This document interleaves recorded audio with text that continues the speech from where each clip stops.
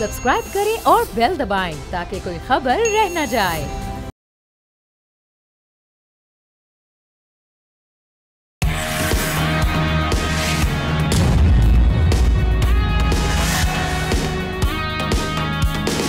अस्सलामुअलैकुम, आप देख रहे हैं न्यूज़ पंच। मैं हूं आमना खटाना। आगाज़ में बात करेंगे आज 11वें कौमी मालियाती कमीशन यानी NFC के इजलास के हवाले से जो 15 साल बाद मुनक्किद हो रहा है। NFC का अगला इजलास 8 से 15 जनवरी 2026 तक मुनक्किद करने का फैसला हो गया। इजलास की सदारत करते हुए वज़ीर ख़जाना औरंगज़ेब ने कहा कि क़यास आराइयों का हल सिर्फ शफाफ मुकालमा है। इजलास में सिंध और खैबर पख्तूनख्वा के वज़राए आला बतौर वज़राए ख़जाना, जबकि पंजाब, बलूचिस्तान और निजी मेंबरान भी मौजूद थे। वफाक और सूबों ने अपनी माली पोजीशन पर ब्रीफिंग दी। वजारत मनसूबा बदी ने वसाइल की नई तकसीम से मुतालिक 2 मजबूत तजावीज़ पेश की हैं। इनमें काबिल तकसीम मुहासिल से 2.5% कटौती और BISP और HEC के अखराजात पहले निकालने की तजावीज़ शामिल थी। सूबों में वज़न आबादी कम करने और रेवेन्यू जनरेशन, ज़रखेज़ी और फॉरेस्ट को बढ़ाने पर भी बहस हुई है। फाटा की शमूलियत, दहशतगर्दी फंड 3%, सूबे का शेयर 19.62% करने और मुतादिद मालियाती तनाज़ात का हल पख्तूनख्वा के मुतालबात हैं।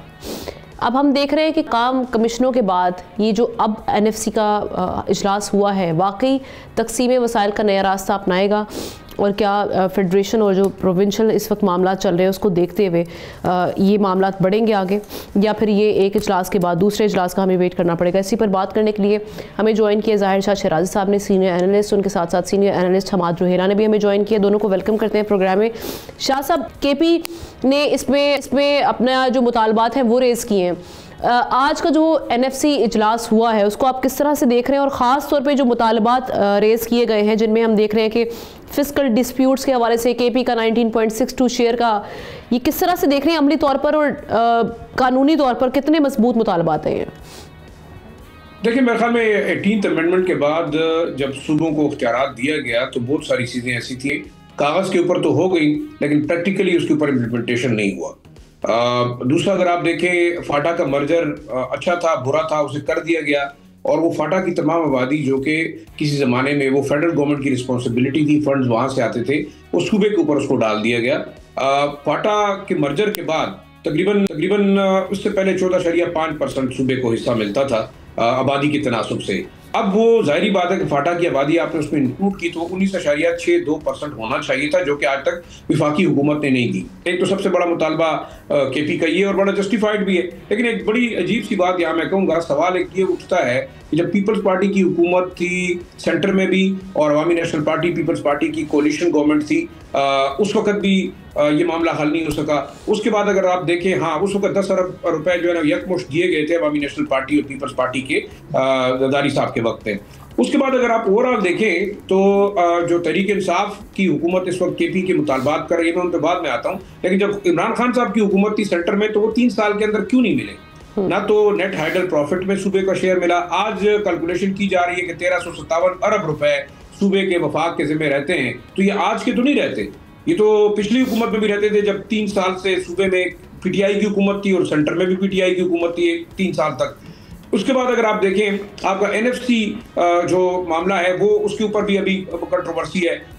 नेट हाइडल प्रॉफिट का इशू जो है उसके ऊपर भी सूबा जो है डिमांड कर रहा है। फिर आप देखिए वॉर ऑन टेरर, जो सूबा बार बार चीखो पुकार कर रहा है कि 1% उनको वादा किया था डिविजिबल पूल से, वो 3% तक बढ़ाया जाए। दूसरा, आर्टिकल 161 के तहत आपके जो टैक्स लेवी है, विंडफॉल जो का इशू है, साथ साथ आपके सेल टैक्स और दूसरा ऑयल एंड गैस एक्सप्लोरेशन के हवाले से जो सूबे के कंसर्न है, उसमें आप वाकई की 5% उस डिस्ट्रिक्ट को उसका हिस्सा मिलना चाहिए जो आज तक नहीं मिलता। लेकिन मेरे ख्याल में मल्टीपल इशूज हैं। सबसे अहम इशू ये है कि विफाक अगर अब 18th अमेंडमेंट के बाद सूबों के शेयर में कमी करेगी, रेवेन्यू उनके ऊपर डालेगी, जैसे कि फॉरेस्ट की आप उसको इंक्रीज करने की बात करें तो सबसे ज्यादा इस वक्त पाकिस्तान में फॉरेस्ट कवर्ड एरिया वो KP का है। एक जमाने में 1994 में जो फॉरेस्ट डिपार्टमेंट था वो सूबे का तमाम बजट उठाता था।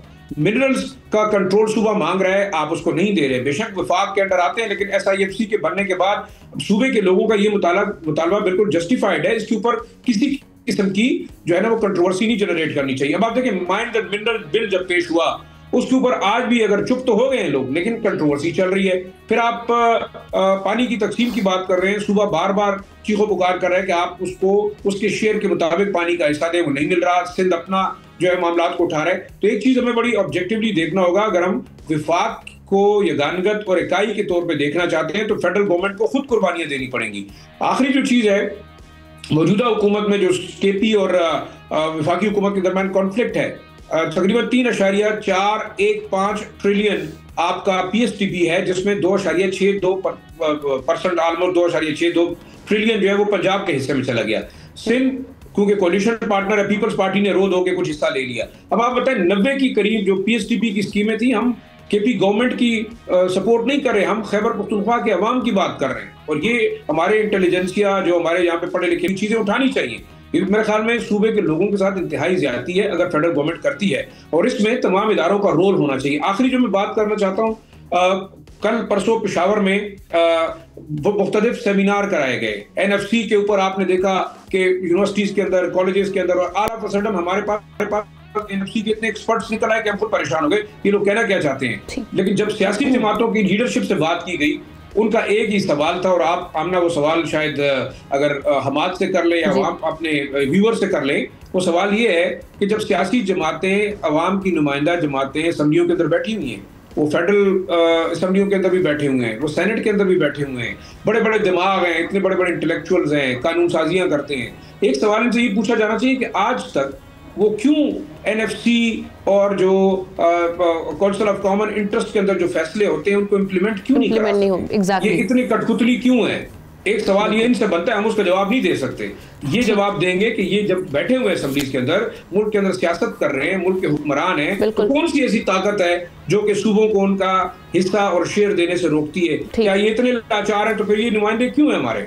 बिल्कुल, जैसे शास्त्री कर रहे हैं, ये बाकी है एनएफसी के जो ऑब्जेक्टिव हैं क्या आज तक हम अचीव कर पाए, और जो इम्प्लीमेंटेशन के हवाले से जो मामला चलते आए हैं वो उसमें क्या कानूनी रुकावटें आप आज तक देखते रहे हैं, ये पॉलिटिकल डिफरेंसेस हैं जिसकी वजह से मामला नहीं हल हो पाए? दूसरा ये कि जो आज का खास तौर पे इजलास हुआ, इस पर भी जरा कमेंट कीजिएगा। 2.5% कट डिविजिबल पूल से, पहले बीआईएसपी और अब एचईसी के जो एक्सपेंडिचर्स हैं और उससे अखराज की जो सजेशन सामने आई है, इससे आप सूबाई बजट और साथ ही साथ जो डेवलपमेंट प्रोजेक्ट्स हैं उस पर किस हद तक असरात देखेंगे इसका? मैं पहले शाह साहब की बात को लेकर आगे चलूंगा। उन्होंने बहुत खूबसूरती से इस चीज को बयान किया है कि क्या चीज सही हो रही है, क्या गलत हो रही है और क्या चीजें मांगी जा रही हैं, और साथ इसके रीजंस दी हैं। काश हमारे जो सियासी रहनुमा जिनके ऊपर हम उम्मीद लगा रहे हैं कि वो भी कॉमन इंटरेस्ट को इम्प्लीमेंट करेंगे और वो भरपूर तरीके से आगे चलेंगे, काश वो भी अपने इस केस को आगे रखें। क्योंकि हम ऐसा देखते हैं कि हमारे यहाँ जब भी सियासी बात की जाती है, किसी भी इशू के ऊपर, इस इशू के ऊपर बात की जाती है, तो कुछ मसाइल हमारे ऐसे हैं जहां पर दलील के साथ बात नहीं की जाती, वजन के साथ बात नहीं की जाती, जज्बात के साथ बात की जाती है और जज्बात ही को सामने रखा जाता है।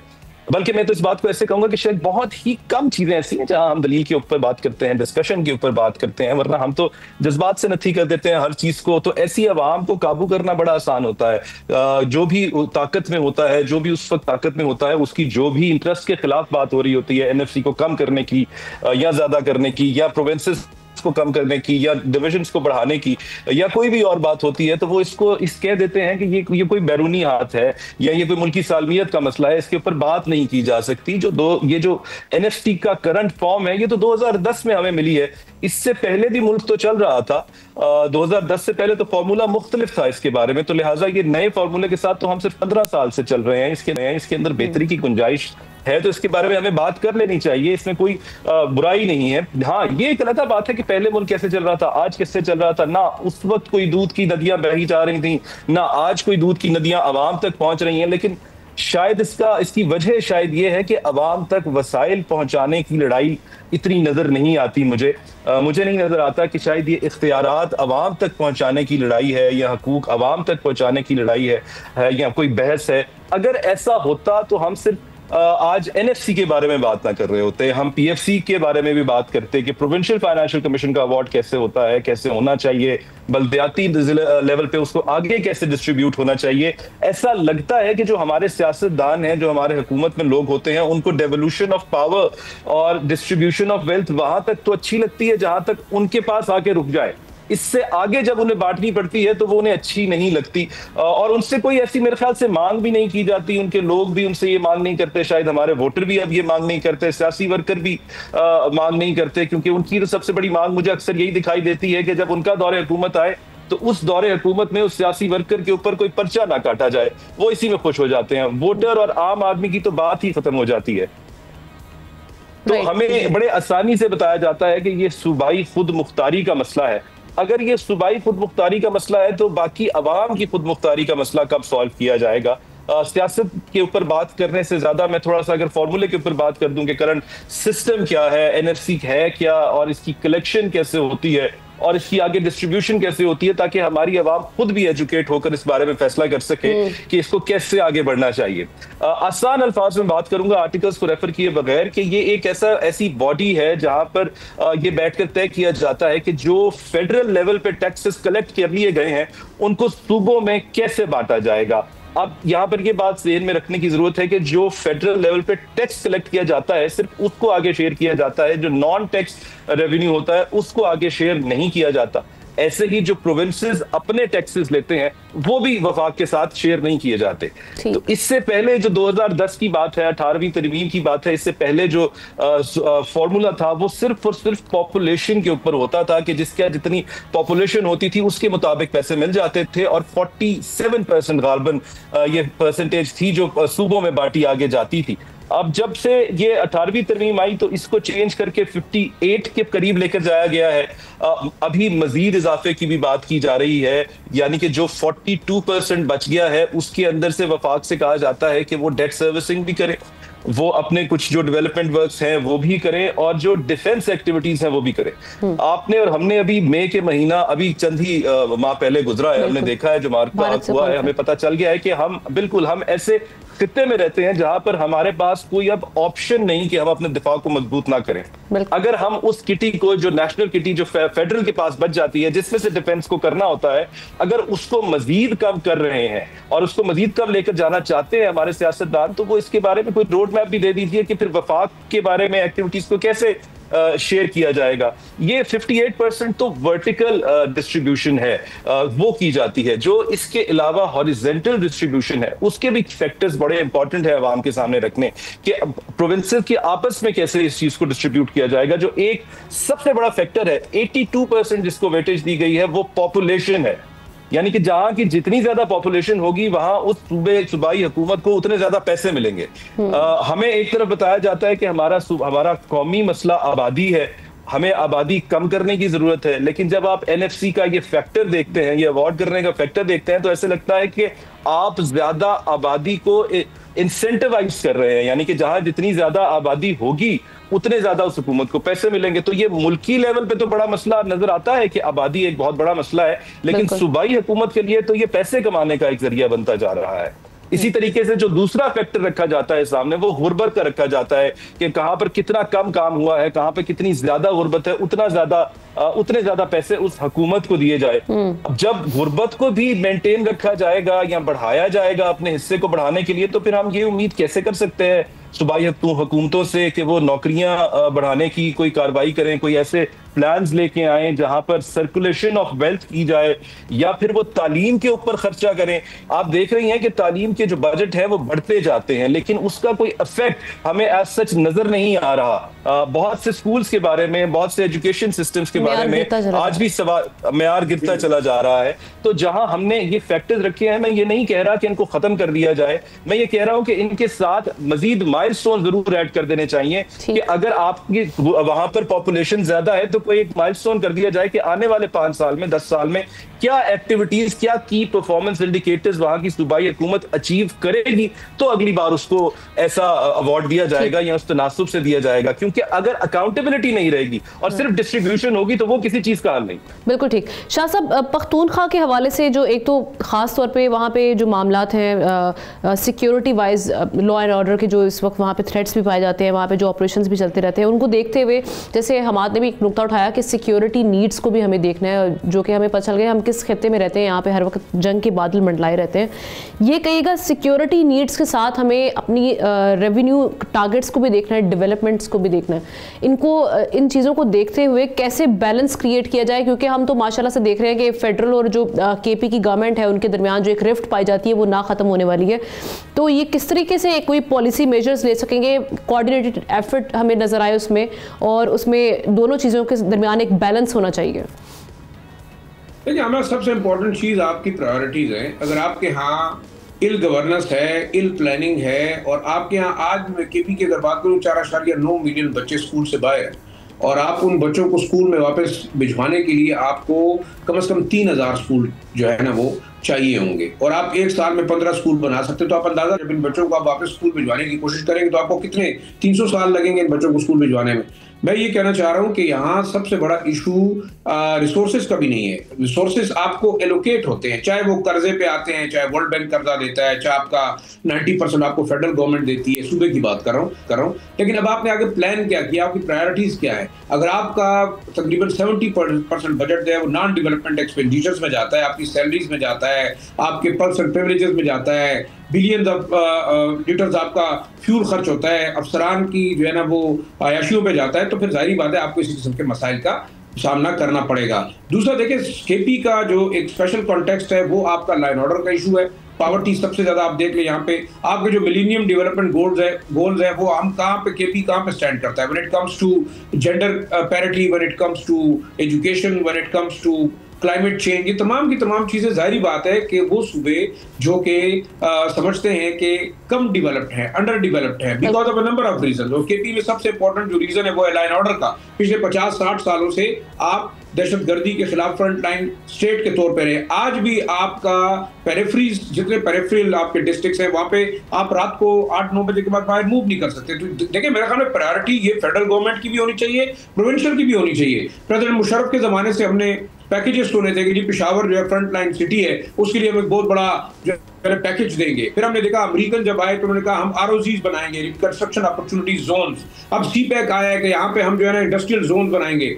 आप हैरान होंगे कि सूबे के अंदर बिजली नहीं है, सूबे के अंदर रिसोर्सेज नहीं है, यहाँ पे मैन पावर स्किल्ड नहीं है, और आप कौन से जो है ना यहाँ पे इंडस्ट्रीज लगा के क्या बताना चाहते हैं? और फिर आप एक्सपोर्ट किसके साथ करेंगे? क्या आप यहाँ से कराची पोर्ट को भेजेंगे चीजें? आपके करीब तरीन अफगानिस्तान है, सरिया, सीमेंट, आपका कपड़ा, कागज वो पंजाब से बन के आता है। और दूसरा देखिए, बड़ा जुल्म है, बड़े सूबे क्या जुल्म कर रहे हैं छोटे सूबों के साथ। आप पंजाब से गंदम केपी के अंदर नहीं ला सकते। आप अटक के बॉर्डर पे पाक जो सूबा खैबर पख्तूनख्वा और पंजाब के बॉर्डर पे आपने मिलें लगाई हुई है, वहां आप आटा बना के तो केपी के अंदर भिजवा सकते हैं, आप गंदम खरीद के नहीं ला सकते। तो मैं ये समझता हूँ, देखिए, ये एनएफसी और ये मामला तो अपनी जगह पे, इस वक्त जो पाकिस्तान की पॉलिटिकल अशराफिया है, जाहिर बात है पंजाब बड़ा सूबा है, जहां से ज्यादा लोग जीतेंगे वज़ीर-ए-आज़म उसी का होगा। फिर हमारे जो पपेट हुक्मरान बैठे हुए असेंबलियों के अंदर, सेनेट के अंदर, वो सूबों के लिए क्या करते हैं? वो तो जाके अपने इंटरेस्ट को सर्व करते हैं। और रीजन ये है कि आपकी जो पॉलिटिकल जमातें हैं उनके अंदर खुद डेमोक्रेसी नहीं है, वो एक अशराफिया का निज़ाम है, एक जो कह सकते हैं ना पॉलिटिकल यहाँ पे एक मार्शला है उन पार्टियों के अंदर, उन रिश्तेदारों के बगैर, बच्चों के बगैर, बेटों बेटियों के बगैर, नवासियों के बगैर कोई आगे तरक्की नहीं कर सकता। अगर आपका ये पॉलिटिकल सिस्टम रहेगा तो इसको हम ये नहीं कह सकते ये डेमोक्रेसी है, ये काइंड ऑफ ऑटोक्रेटिक निज़ाम है जो कि 80% अवाम को गुलाम बना के चलाने वाला है। तो ये गुलामी में हम जिंदगी गुजार रहे हैं। ये सो कॉल्ड डेमोक्रेसी, जो वेस्टर्न डेमोक्रेसी है, वो पाकिस्तान के लिए मेरे ख्याल में फिजिबल नहीं होगी। Right, thank you so much ज़ाहिर शराजी साहब। हमाद रोहिला दोनों का शुक्रिया अदा करते हैं। ब्रेक की जानिब बढ़ते हैं, ब्रेक के बाद वापस आए। रियाद में होने वाले पाकिस्तान अफगानिस्तान मुज़ाकरात, उनका क्या नतीजा निकला, इस पर डिस्कस करेंगे।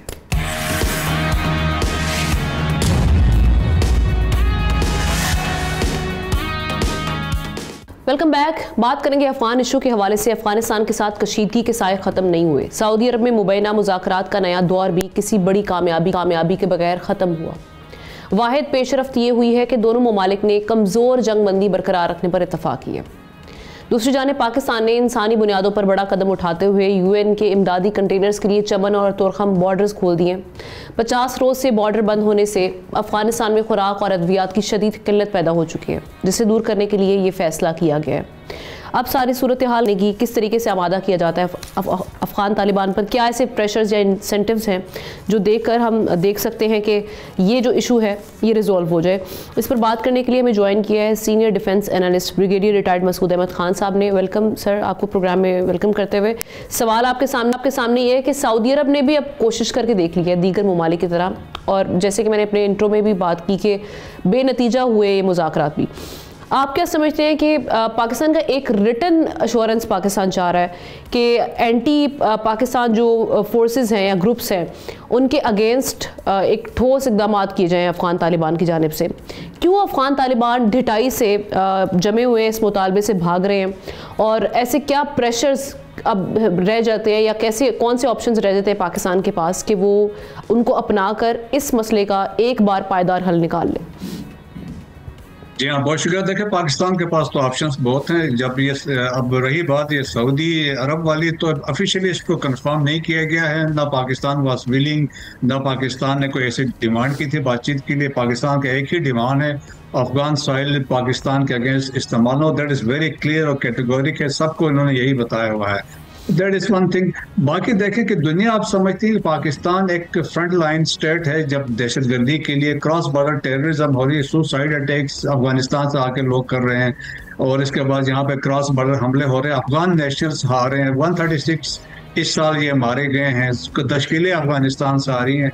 लेकिन रिसेंट डेवलपमेंट्स के बाद देखें कि हमें बड़ा ये गिला था दुनिया से कि हम पे सब कुछ हो रहा है, लेकिन इंटरनेशनल कम्युनिटी या स्पेशली जो वेस्टर्न कंट्रीज थे उनके तरफ से कोई एक्शन हमने नहीं देखा, कोई रिस्पांस नहीं देखा ऑनेस्टली कि वो इस दहशतगर्दी के खिलाफ। लेकिन अब जब से वाकया हुआ है वाशिंगटन DC में, जो वाकया हुआ है, अब ताजिकिस्तान में जो हुआ है, ईरान के बॉर्डर्स में भी 10 अफगान मारे गए हैं, और इसके जिस तरीके से वहाँ पे प्रेजेंस है दहशतगर्द तंजीमों की, तो रियलाइजेशन अभी इंटरनेशनल कम्युनिटी के अंदर आ रही है। नो एंड नेवर वाली बात है। अगर ये कुछ नहीं करते हैं, देखें अल कायदा इतनी स्ट्रांग हो गया, अब नेक्सिस जो अफगानिस्तान के अंदर है, अल कायदा है और अफगान तालिबान रजीम है और फितना और खारिज, इनका आपस में नेक्सिस है।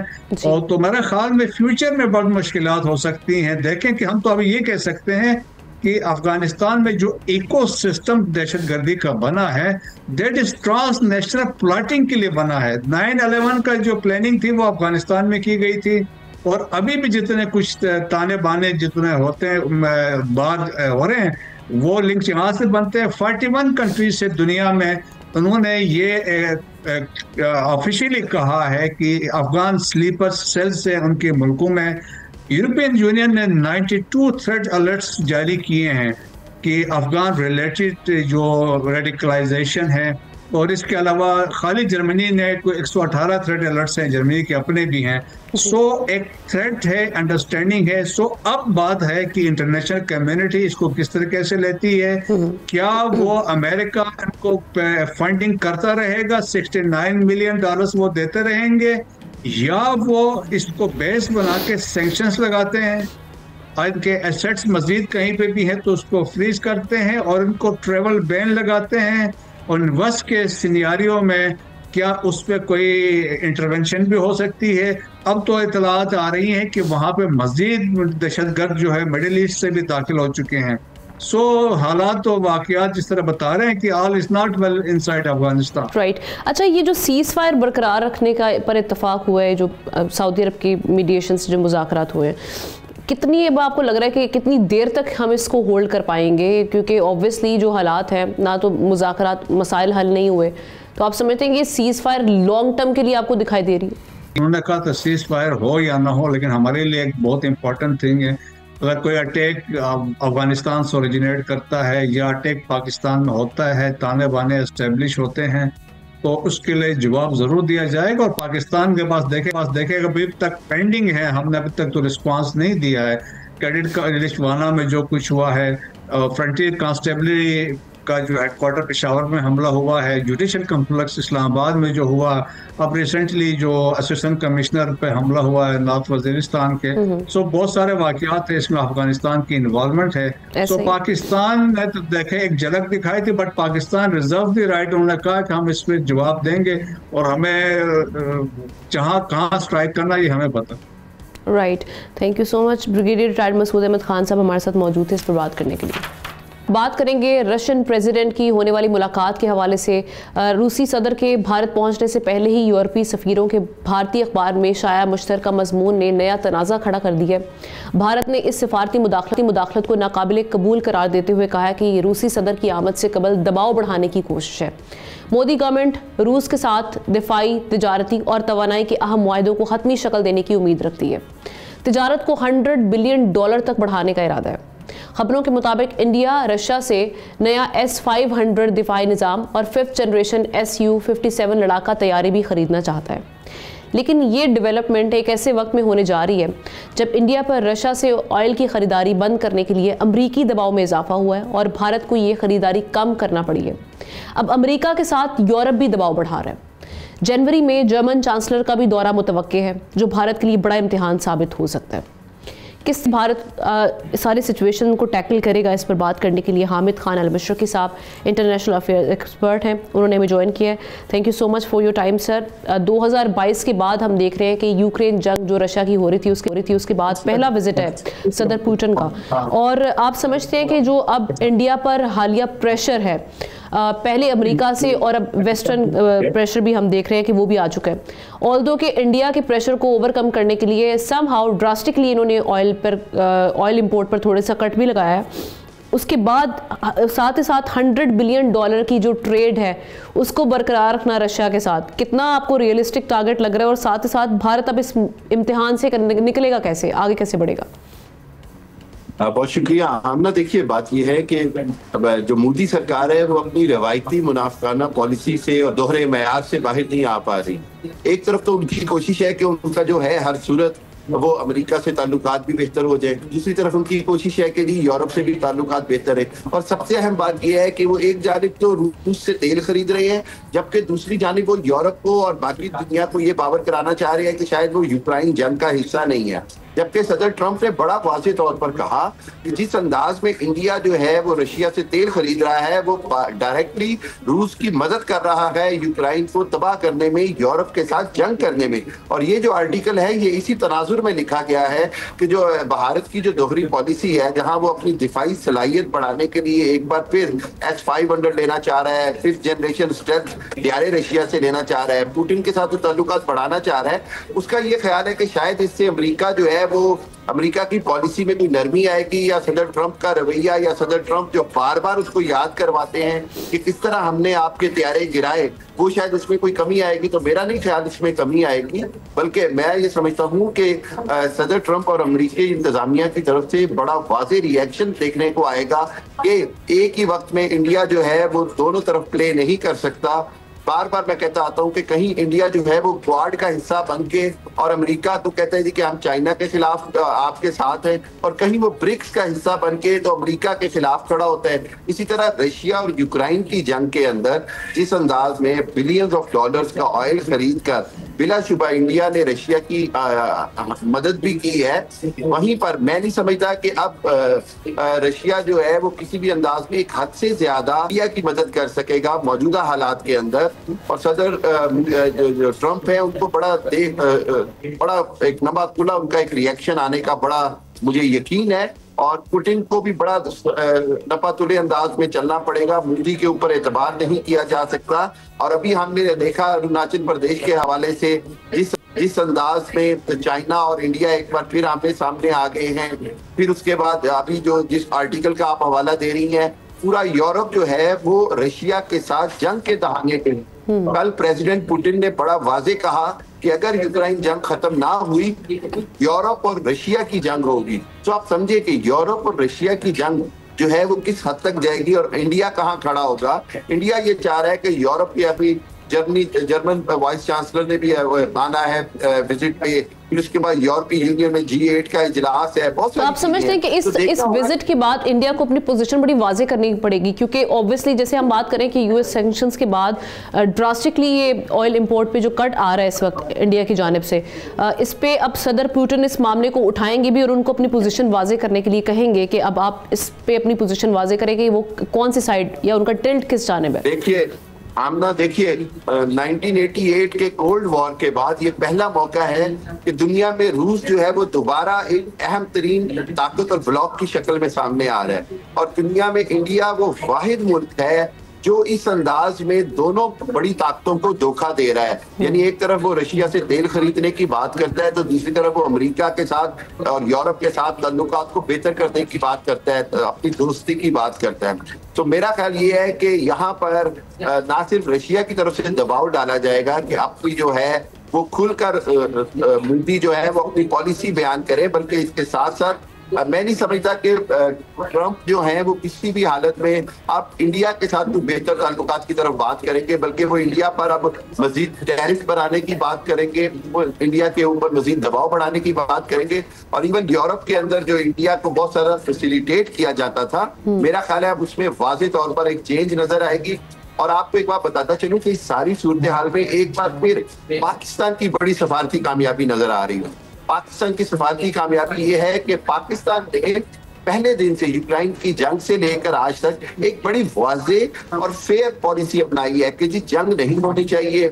यूक्रेन के जो जहां पर नेटो के हवाले से या दूसरे मामलात हैं उनको अफाम तफहीम से हल होना चाहिए। पाकिस्तान जंग का किसी भी तरह हिस्सा नहीं बनना चाहता और ये वो पाकिस्तान की पॉलिसी है जो यूरोप भी अप्रिशिएट कर रहा है, अमेरिका भी अप्रिशिएट कर रहा है और बहुत यानी बैलेंस नहीं बिगड़ा पाकिस्तान की जानिब से। बिल्कुल पाकिस्तान की डिप्लोमेटिक पॉलिसी बड़ी बैलेंस है।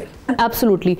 ये जो अभी ना सिर्फ ऑयल के हवाले से बात होगी, हम देख रहे हैं कि एजेंडास पे और भी बहुत सारे मामलात हैं जिनमें डिफेंस के जो मामलात हैं, न्यूक्लियर कॉपरेशन के मामलात हैं। अब ये जो प्रपोज डिफेंस और न्यूक्लियर कॉपरेशन के मामलात हम देख रहे हैं, कास्टा के तहत अमेरिका सैंक्शंस को दोबारा एक्टिव कर सकता है, आप समझते हैं? और इंडिया के लिए आगे मुश्किलात बढ़ सकती हैं अगर ये इन डील्स में जाता है। देखिए जी, डेफिनेटली आपके सदर ट्रंप ने जहां पर ऐलान किया कि जी हम अपना न्यूक्लियर टेस्ट दोबारा कर रहे हैं, हम अपनी स्ट्रेंथ दोबारा मेंटेन कर रहे हैं, हम F-35 के हवाले से रीजन के अंदर अपनी ताकत जो है वो दोबारा मेंटेन करना चाहते हैं। वहीं पर अगर इंडिया ये समझता है कि S-500 लेकर या स्टेल्थ टेक्नोलॉजी 5th जनरेशन सुखोईज लेकर वो अमेरिका का डिपेंडेंट नहीं रहेगा या वो इंडिपेंडेंट रशिया का पार्टनर बन के पाकिस्तान के मुकाबले में एक बार फिर खड़ा हो जाएगा, तो मैं समझता हूँ कि ये बहुत बड़ी मोदी सरकार और उनकी डिफेंस फोर्सेस की बहुत बड़ी बेवकूफी है। आपको एक और बात बताता चलूं कि एक बार फिर इस बात के खदशे का इजहार किया जा रहा है कि रशिया के साथ ये जो अरबों डॉलर के मुआहदे होंगे इसमें बहुत बड़ी रिश्वत, बहुत बड़ी बदनुमानियां और बहुत कुछ और जो मामलात है वो भी सामने आएंगे। वही बात जो कि मोदी जो है वो चंद अपने जो ताकतवर सरमायादार पार्टनर्स हैं, अडानी, अंबानी और बिरला एंड टाटा, वो उनको नवाजने के लिए कोई ना कोई बहाना ढूंढते हैं। और रशिया के साथ जो डील्स होंगी उसमें अडानी की जो इदारा है उसको बड़ी अहमियत दी जा रही है। तो एक बार फिर रशिया जो है वो बड़ा सोच समझ के फैसला करे कि उसने क्या खित्ते में पाकिस्तान और चाइना के साथ मुखासमत करनी है या इंडिया की कोई ऐसा साथ देगा जिसके नतीजे में पाकिस्तान ये समझे कि चाइना जो है और पाकिस्तान जो है वो एक ब्लॉक है और रशिया और इंडिया एक block. Right, thank you so much Hamid Khan Almashri साहब फॉर द इंसाइटफुल एनालिसिस जो आपने इस हवाले से दिया।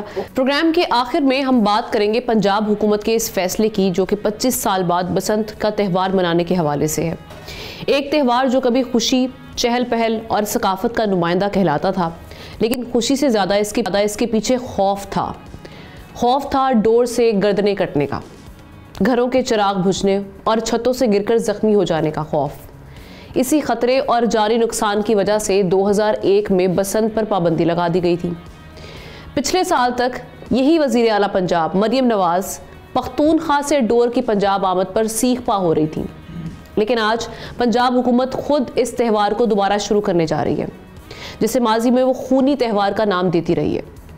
पंजाब में काइट फ्लाइंग ऑर्डिनेंस तो जारी हो गया है, जिसके मुताबिक पतंग बनाने और बेचने वाले अब रजिस्ट्रेशन के बगैर काम नहीं कर सकेंगे। कानून तोड़ा तो सीधा 3 से 5 साल कैद और भारी जुर्माना होगा।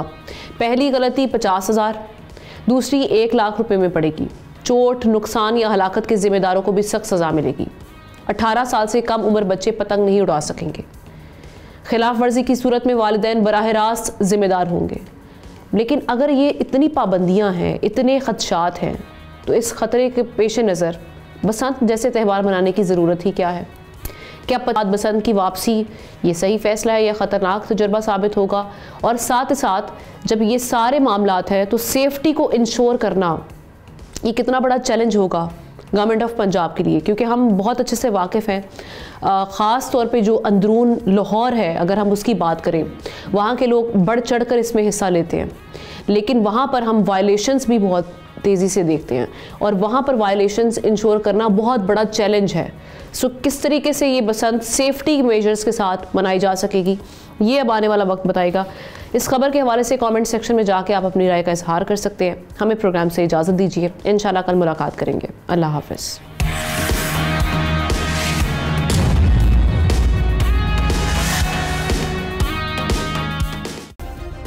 सब्सक्राइब करें और बेल दबाएं ताकि कोई खबर रह न जाए। सब्सक्राइब करें और बेल दबाएं ताकि कोई खबर रह न जाए।